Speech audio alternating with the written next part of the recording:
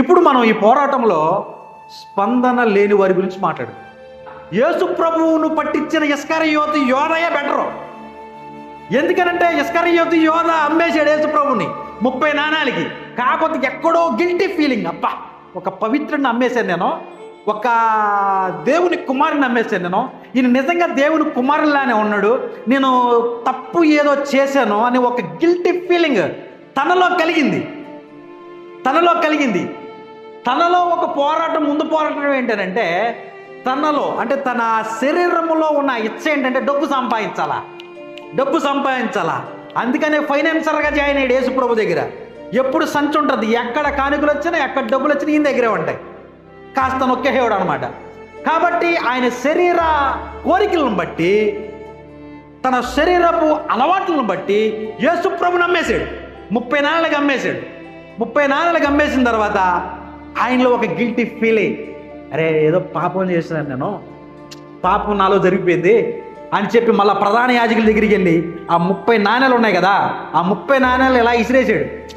నాకు బాగాలేదండి, యేసు ప్రభువును అమ్మేశాను నేను, నా హృదయంలో కొద్దిగా ఏదో బాధ అనిపిస్తుందండి, అది నాకేం అర్థం కావట్లేదు, ఈ డబ్బులు తీసేసుకుని ఆయన విడిపించేయచ్చు కదా, ఈ డబ్బులు తీసుకుని విడిపించేయచ్చు కదా. అయితే కుదరదురా భయ్, అలాగా పోరా భయ్ అని చెప్పి వాళ్ళు డబ్బులు తీసేశారు. అంటే ఒక విశ్వాసి తన జీవితంలో ఎక్కడో ఒక చోట పడిపోతాడు. ఆ పడిపోయిన ఆ విశ్వాసి చలనము లేకుండా అలాగే ఉన్నాడు అనుకో, ఆడు చచ్చినోడితో సమానం అంట. వాడికన్నా ఇస్కరియోతు యోధయే బెటరు. కనీసం చలనం వచ్చింది ఇస్కరియోతు యోధాకి. కానీ విశ్వాసలో ఎవడైతే పరిశుద్ధ మార్గంలోకి వచ్చి విశ్వాస సంబంధమైన మంచి పోరాటంలోకి వచ్చిన తర్వాత క్రీస్తు ప్రభువును రుచి చూచి, ఆయన వాక్యాన్ని రుచి చూచి, ఆయన ఆత్మను రుచి చూచి, ఆయన వరాలను రుచి చూచి, ఆయన అద్భుతాలను రుచి చూచి, ఆయన నుంచి పొందుకుని తర్వాత డైవర్ట్ అయిపోతారు కొంతమంది. తర్వాత యేసు ప్రభువుకు బాయ్ చెప్పేస్తారు. ప్రార్థన చేయడం మానేసి 3 సంవత్సరాలు అయిపోద్ది. వాక్యం ధ్యానించి 5 ఏళ్ళు అయిపోద్ది. సంఘానికి వచ్చి ఎన్నో సంవత్సరాలు అయిపోద్ది. పోనీ సంఘానికి వచ్చిన వాక్యం ఎనరో, ప్రార్థన చేయరు. వీళ్ళే అనమాట చచ్చిపోయిన వారు.